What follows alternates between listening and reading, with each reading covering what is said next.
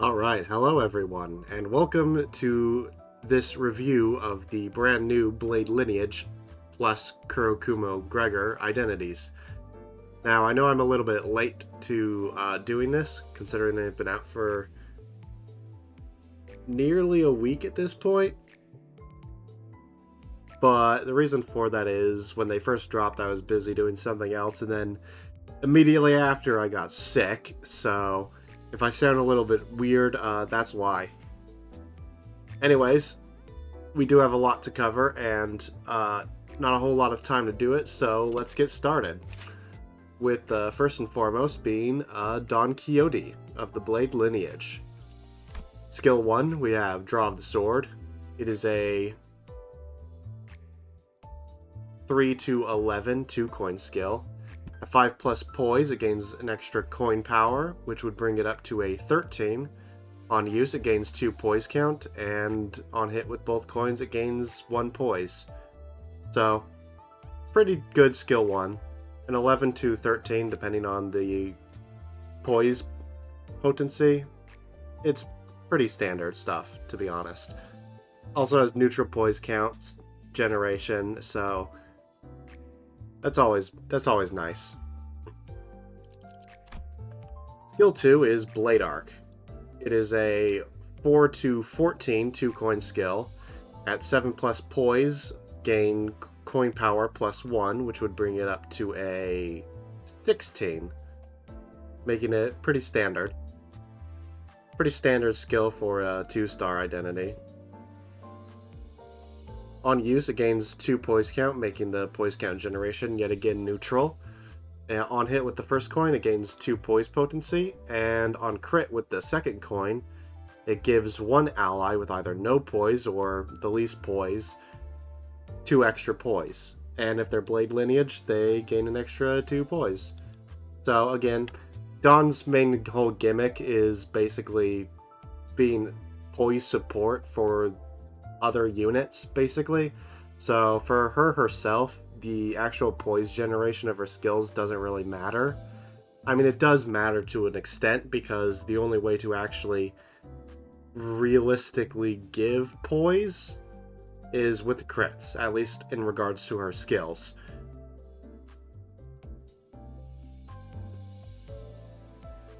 So while poise does matter on her, it doesn't really matter that much. Moving on to her skill 3, we have Fare Thee Well.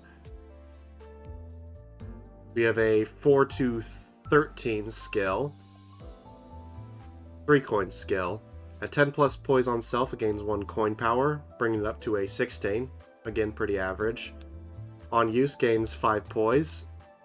Heads hit for the first 2 coins, gains extra damage for the final coin. And for the final coin, it deals an extra 30% crit damage. And if it crits, 2 allies gain the 2 poise count. And if they're Blade Lineage, they gain an extra poise count. After attack, if they're defeated, you gain a slash damage and to yourself and one other ally, which is, it's fine if it happens, but again, like all after on defeat conditionals, it's like, don't rely on it. Her evade is 100% standard, 3 to 13, does absolutely nothing else. But it is a pride skill, which does help with her passive activation, although it's realistically unnecessary if you are running Blade Lineage, because her passive, Collective Breathing, is a 2 pride resonance, which is very easy to achieve. When this unit gains poise potency with its own skill or coin effects, give 1 poise potency to one ally with no poise, or with the least poise, up to 5 times a turn. Which is very, very reliable. Usually, it's only going to be getting you 2. You're only going to be giving out like 2 poise potency every turn, unless Dawn has extra skill slots. So it's nothing really that crazy, but it's good to have at least. Her support passive, Nightly Stroll, one ally with the least poise gains 2 more poise potency when gaining poise potency with its own skill or coin effects. 2 times max, does not apply to allies without poise. I think personally, it's much better to actually use her for the support passive instead of anything else. Like, she's nice to have on the team, right? But unless she's critting and activating her passive, usually her support passive will be giving her more poise than if she was just on the team. Other than that, though, she's very good. She is a very good 2-star. Pretty average all around, but average is still pretty good, so nothing to complain about. Next up, we have Kurokumo Gregor, who is very interesting to say the least. Skill 1, Lenticular Rend, is a 5-10 single coin skill. On use, if the target has 7+ bleed, Clash Power +2. And on Clash Win, you inflict 1 bleed, and on hit, it gets 1 bleed count. So, nothing crazy. Pretty normal skill. I wouldn't say it's very good. 10 isn't very good, but it's suitable. It can go up to a 12 if they have bleed, in regards to clashing at least. So, it's usable. It's usable in a bleed team at least. Skill 2, Shadow Cloud, is a 5-15 coin skill. If the target has 7+ bleed, Clash Power +2, bringing it up to a 17 clashing. On skill 1, with the heads hit, it inflicts 2 bleed, and on hit with the second coin, it inflicts 1 offense level down and 1 attack power down if they have 7+ bleed. So this is very good support. Attack power down is very useful, even if it is only just 1. The offense level down isn't really anything, to be honest. One of it doesn't really do anything, but if you do have the bleed, then it is decent. It is very decent. And technically speaking, it does roll above average with clashing at least, if it does have the bleed, so that's pretty good. The skill 3, Shadow Cloud Shattercleave, is a 4-13. On use, if the target has 7 bleed, Clash Power +1, and at 10+ bleed, it gains Coin Power +1, which would bring it up to a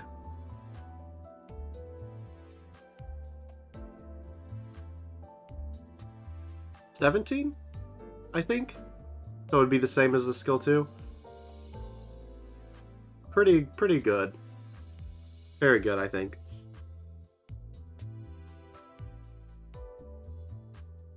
On hit with the first 2 coins, it inflicts 1 offense level down and an extra offense level down if at 7+ bleed, which would total to a 4 offense level down, which is decent. That's -1 clash power, basically. And on the third coin, heads hit inflict 3 bleed, and if they have 7+ bleed, inflict probably the best debuff in the game, plus coin drop. So, very good. Insanely good for the plus coin drop alone, to be honest. Like, that alone is worth using him in bleed teams. If you don't have anyone else to use in bleed teams, he can be good for the support, but he doesn't really fuel the bleed himself, like, at all. He's got a little bit here on the skill 2 and a little bit on the skill 1, but not really enough to actually do anything himself. His passive, Dark Cloud Blade, is costs 4 Lust resources, and Clash Wind inflicts 1 bleed up to 3 times, which, again, is not very enough to really do anything, because he can only realistically apply, like, 5 bleed every turn, on average. A little bit more if you give him extra skill slots, but why would you give this guy extra skill slots? I don't know. The support passive, Dark Cloud Style. When one ally with the slowest speed hits an enemy with 7+ bleed, inflict 1 offense level down next turn, 3 times per turn. This support passive could be useful, but only if the slowest ally is somebody with a 3 coin skill. Otherwise, it does basically nothing, so kind of an underwhelming identity. Doesn't really do anything himself. I mean, he does a lot of debuffing, but he really needs a lot of bleed support to actually be able to get anything off. So probably not, don't run him. I mean, there's not really a whole lot of bleed count application in the first place. So having somebody doing a bunch of debuffing based off of bleed isn't very useful when you can't have a very high bleed stack in the first place. So maybe with some more bleed identities he'd be better, but right now I don't think he's very good. Next up, we have Blade Lineage Faust. Starting us off with the skill 1, we have Moonlit Blade Dance, which is a 3-9 3-coin skill. At 5+ poise, it gains an extra coin power, bringing it up to a 12 roll. On use, it gains 2 poise count. And on heads hit with the second coin, it gains poise. And on the third coin, if it crits, it inflicts 1 Red Plum Blossom, which is a brand new status effect exclusive to this identity. Now, Red Plum Blossom, what it does is it can stack up to a maximum of 10, and each one gives an extra 10% chance for this unit for the unit that the status is applied to be critically hit. Meaning, if it's a max stack, it is a guaranteed critical hit, basically. And when this status is struck by a critical hit, it gains bleed equal to half of the value and takes the value times 3% damage, bonus damage of the critical hit. And then it reduces by 1 when hit. Now, I do have a bit of a problem with this status effect specifically, and that is specifically the very last line on this. Like, everything else I'm perfectly fine with. It's stacking up to 10 and giving an extra crit chance, and then it dealing extra damage up to a maximum of 30% bonus damage if it's a max stack. That all I'm perfectly fine with, but the last line, where it's reduce value by 1 when hit, is a bit of a problem for me specifically. Because it basically means even if you are getting absolutely no value from this whatsoever, aka when you don't crit the enemy, it will still reduce it by 1. Which is a very big problem, considering the fact that Faust is the only applier of this status effect. When there are more appliers of the status effect, if there are more appliers of the status effect, it will become less of a problem. But considering the fact that Faust is the only applier, she does not apply nearly enough for it to be giving you consistent value. It's always inconsistent. And it's exclusively because it reduces on any hit instead of only critical hits. So I do wish they would change that about this status, and other than that, it's pretty fine. Now, her skill 2, Acupuncture, is a 4-16 2-coin skill. At 7+ poise, it gains an extra coin power, bringing it up to an 18 roll. On use, it gains 2 poise count. On hit with the first coin, it gains 2 extra poise count, and does an extra 30% damage on crit. And the second coin, it inflicts 1 bind next turn, and if it crits, it inflicts 2 Red Plum Blossom. For skill 3, Red Plum Blossom Scatter, is a 5-17 rolling 2-coin skill. And it deals 3% more damage for every Red Plum Blossom on the target, as well as dealing an extra coin power for every 7 poise on self up to a maximum of 3, meaning that this can go up to a maximum of 23 roll. When you win a clash, it consumes half the poise count on self and then gains poise equal to the poise count consumed, which is good, as it's her only form of poise potency generation, which is fine. The most important thing, though, is this skill does not consume red plum blossoms on crit. The first coin, when crit, it inflicts 5 red plum blossom, and if the target has 10 red plum blossom, it inflicts 1 slash fragility. The second coin, it inflicts the same thing. Now,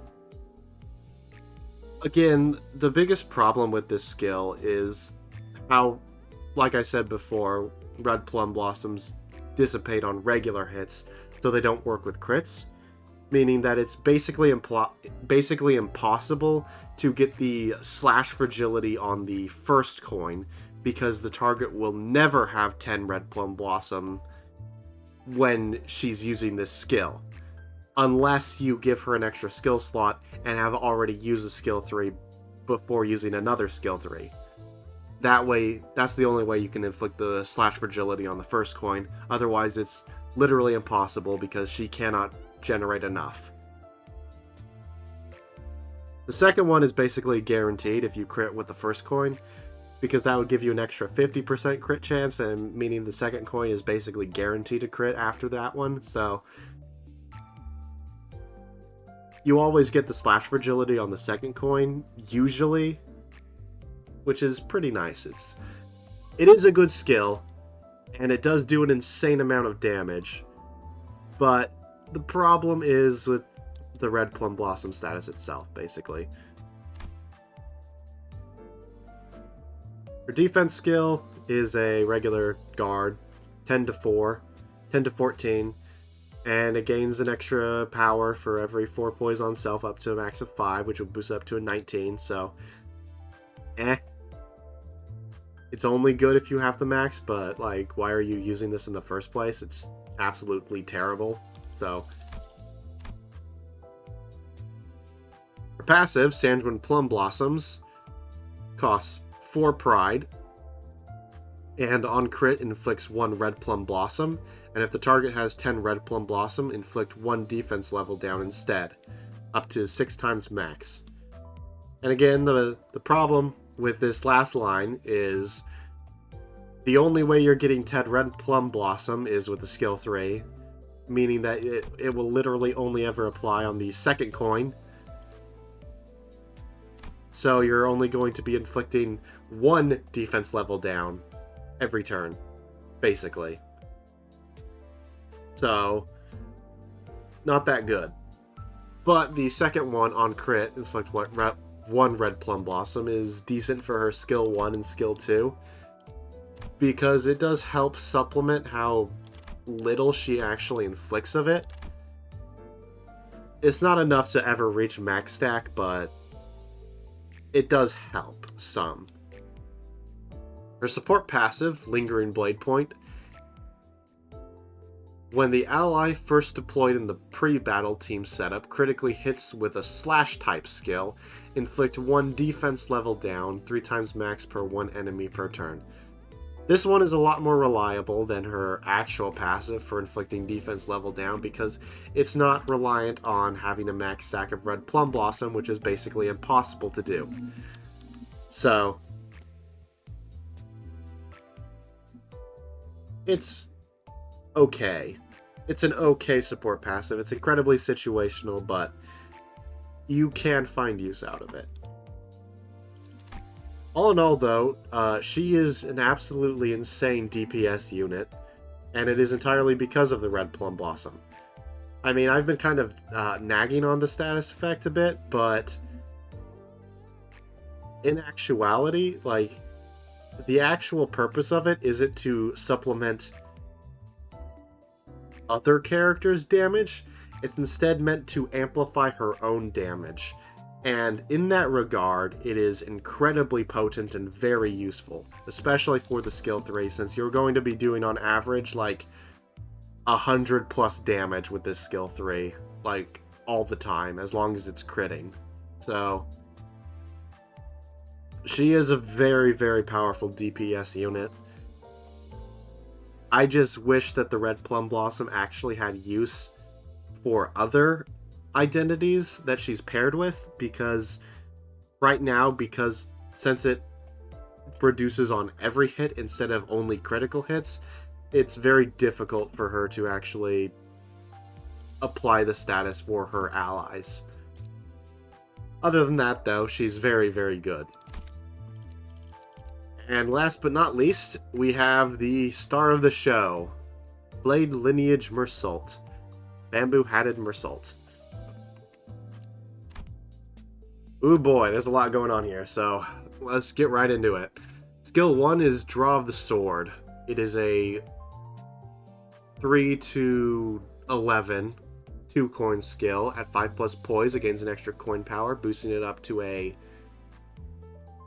13.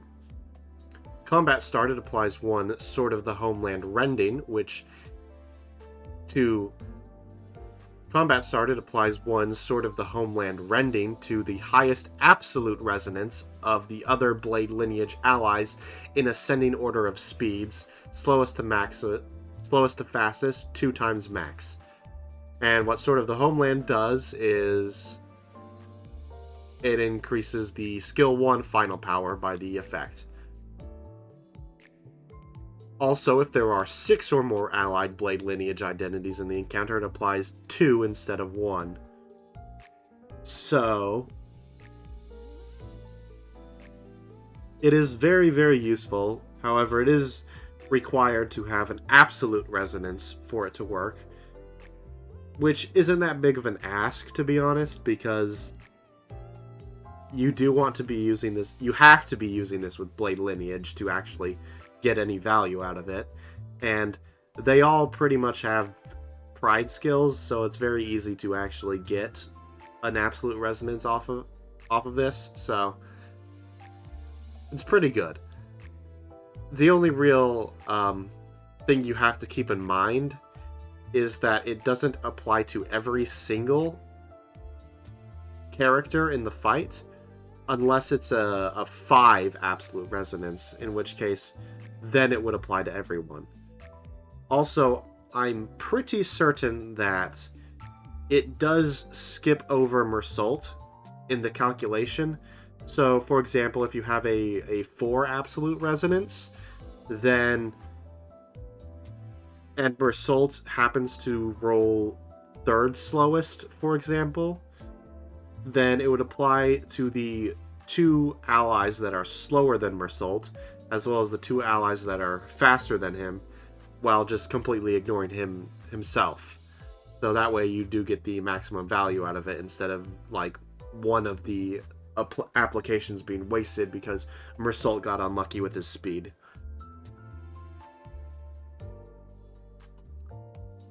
Other than that, this skill applies 2 extra poise count and gains poise on hits.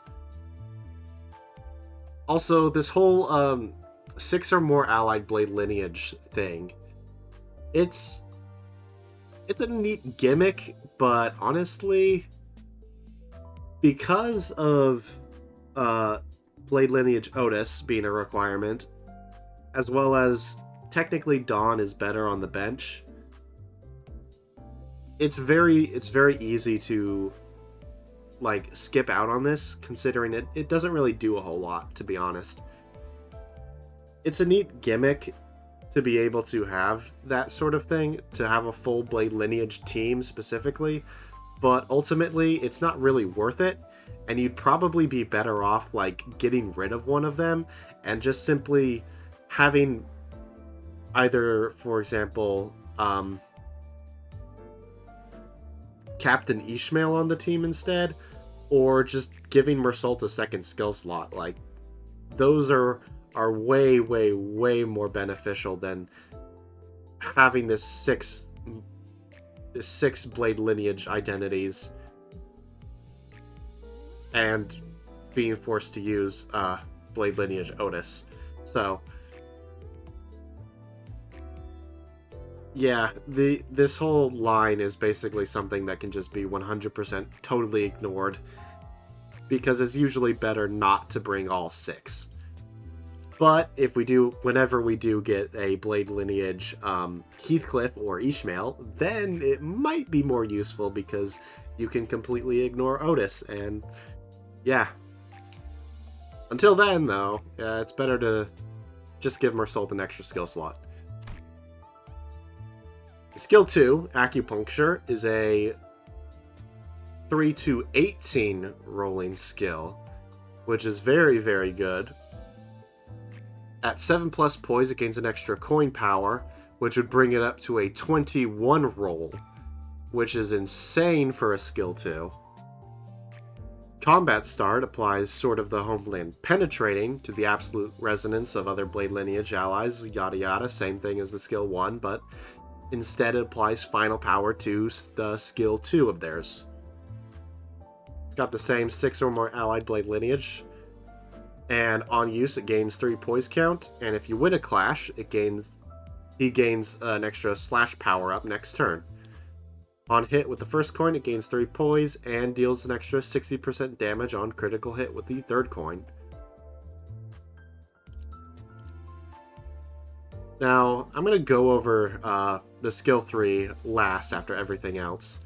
So, first off, we have his regular counter, Overthrow, which is an 8 to 18 roll. It's okay.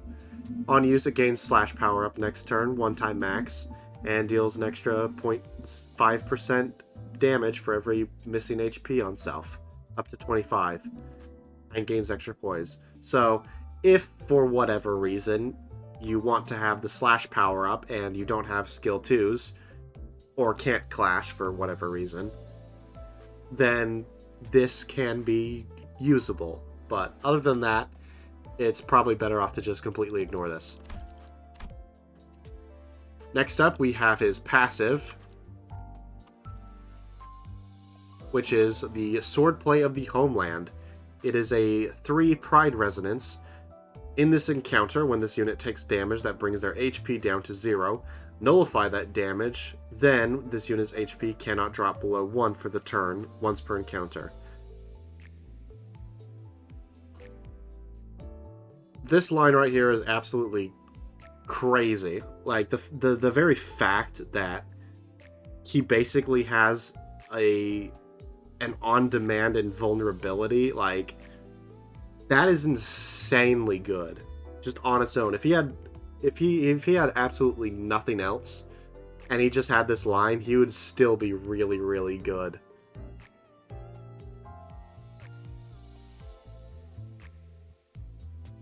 When this unit gains poise potency or count with its own skill or coin effects, it gives 1 poise potency and 1 poise count to 2 other Blade Lineage allies with no poise or least poise. If there are 6 or more Blade Lineage allies participating in this encounter, it gives 2 instead. Again, the 6 or more, it's basically negligible, like, who cares about that? I mean, think about it like this, right? You could have 6 or more Blade Lineage allies in a team, or you could keep one of them on the bench and give Mersault an extra skill slot, and it does exactly the same thing. So, yeah, who cares? But the other part of it is very good, especially because there is no limit on it whatsoever. So, as long as he's gaining poise potency and count, he will always be applying more poise potency and count to the other allies. So, he does what Dawn does, but infinitely better. And if you have her on the bench too, then that's even more poise potency and count for everyone else. So it just amplifies it so much, and you're basically critting every single skill, and there is no stopping you. At Combat Start, it also applies Swordplay of the Homeland buff to all other Blade Lineage allies, which, when at 5+ poise, upon skill use, skill 1 and 2 gain coin power of 3 divided by the number of coins, with a minimum of 1, and it deals an extra 30 divided by the number of coins percentage damage on critical hit.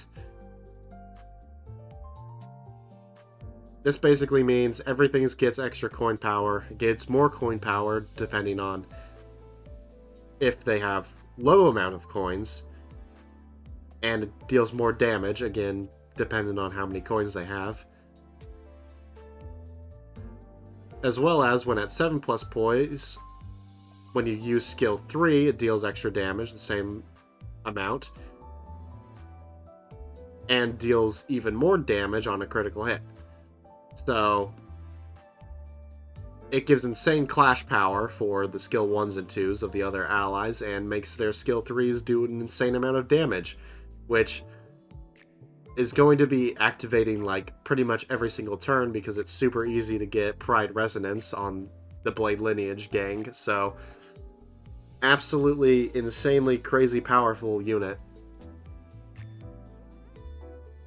The support passive, Swordplay of the Homeland, combat start, one ally with the most poise deals plus 15% damage on critical hit.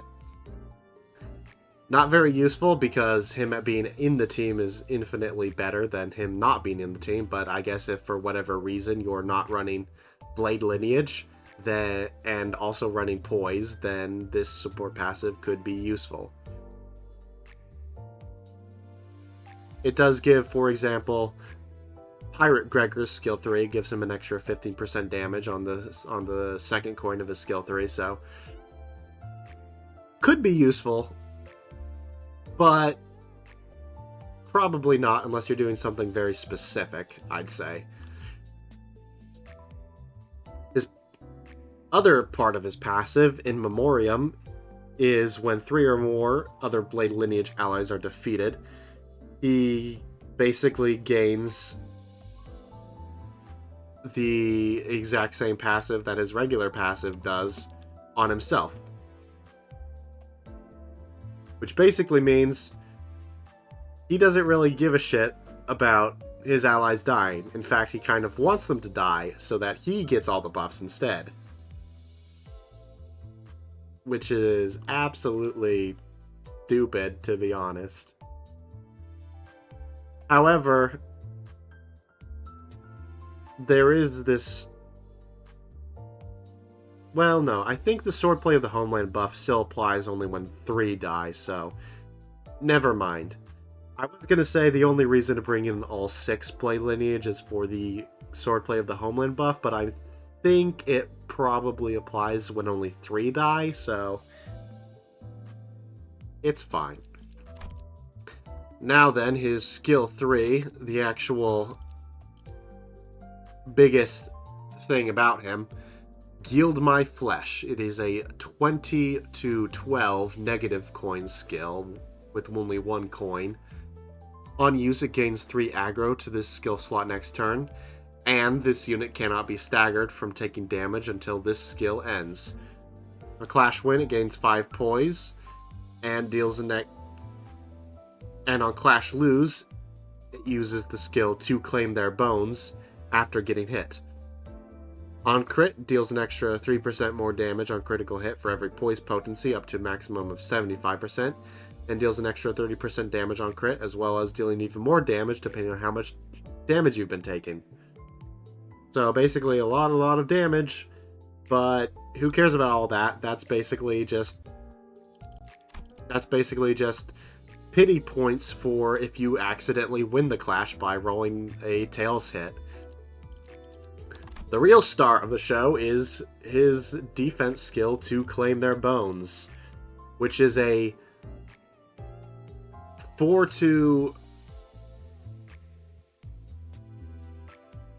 22 rolling 4 coin skill, which is already insane. And before attack, for every 7 poise on self, it gains an extra attack weight up to a maximum of 2, so it can be a 3 target AoE skill for some reason. Until the skill ends, this unit cannot be staggered from taking damage. Deals 2% more damage on critical hit for every poise potency on self, up to a maximum of 50. Deals an extra 30% damage on critical hit, and deals more damage for every missing HP up to a maximum of 25. And if the skill targets only a single enemy, it deals 100% more damage. And as a little cherry on top, the 4th coin inflicts 3 bleed and 5 paralyze next turn. So this skill is absolutely ridiculous, and I don't know why the hell they gave it attack weight. Like, it doesn't need the attack weight. There is no reason for this attack weight to exist.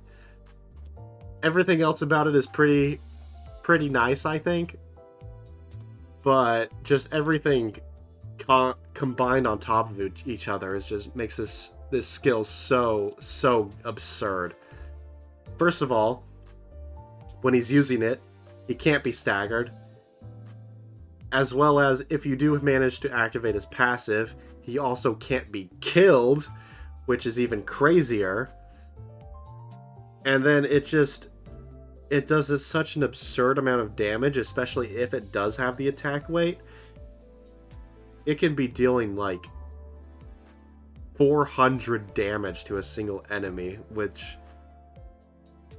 it's really crazy, this skill. Project Moon was really cooking when they came up with this, like, seriously. Single best identity in the game. He's so absurdly broken. Like, not only does him himself be absolutely insane with his skill 2 rolling up to a 23 or whatever, and then having this stupid overpowered DPS skill 3. Not only does he have that, he also, like, super buffs everybody else, so they're also doing an insane amount of damage.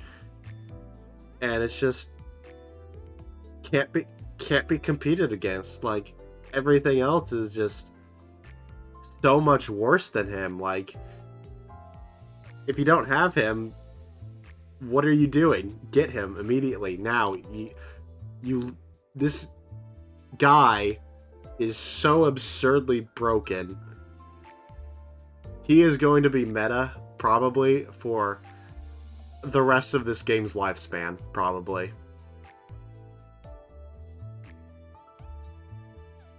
Unless, like, literally every other identity in the game becomes, like, even crazier, which I can't even imagine how that would play out, but, like, he will always be viable, no matter what.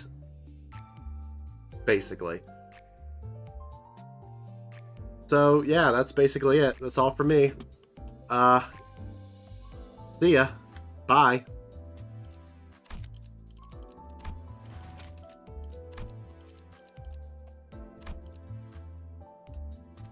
Also, if for whatever reason you don't have these units already, which, what are you doing? Here is my friend code right up here. So you can add me, and all of them will be on my company for you to use.